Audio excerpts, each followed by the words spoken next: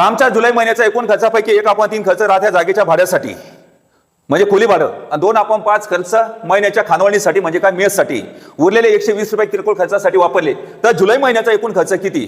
आता जुलै महिन्याचा म्हणजे काय एकच महिन्याचा बस विषय मिटला दिवस थोडेच काढायचे त्याच्यात। तर मग आता सांगा भाड्यासाठी किती आहे 1/3 मेससाठी किती आहे सांगा 2/5 म्हणजे खानवणीसाठी आणि त्याच्यानंतर किरकोळ खर्च किती आहे 120 रुपये। तर मग आता जुलै महिन्याचा खर्च म्हणजे एका महिन्याचाच काढायचा म्हणजे डायरेक्ट उत्तर काढायचं।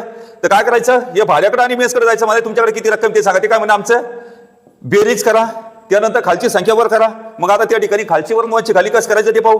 जेव्हा 2 अंक किंवा 2 संख्या एका पाड्यामध्ये नसतात तेव्हा त्यांचा लसावी म्हणजे काय गुणाकार म्हणजे लसावी 5 त्रिक 15 आलेला लसावीला प्रत्येक छेदन भागायचं 3 5 15 आणि 5 त्रिक 15 5 1 5 आणि 3 2 6 6 आणि 5 किती 11।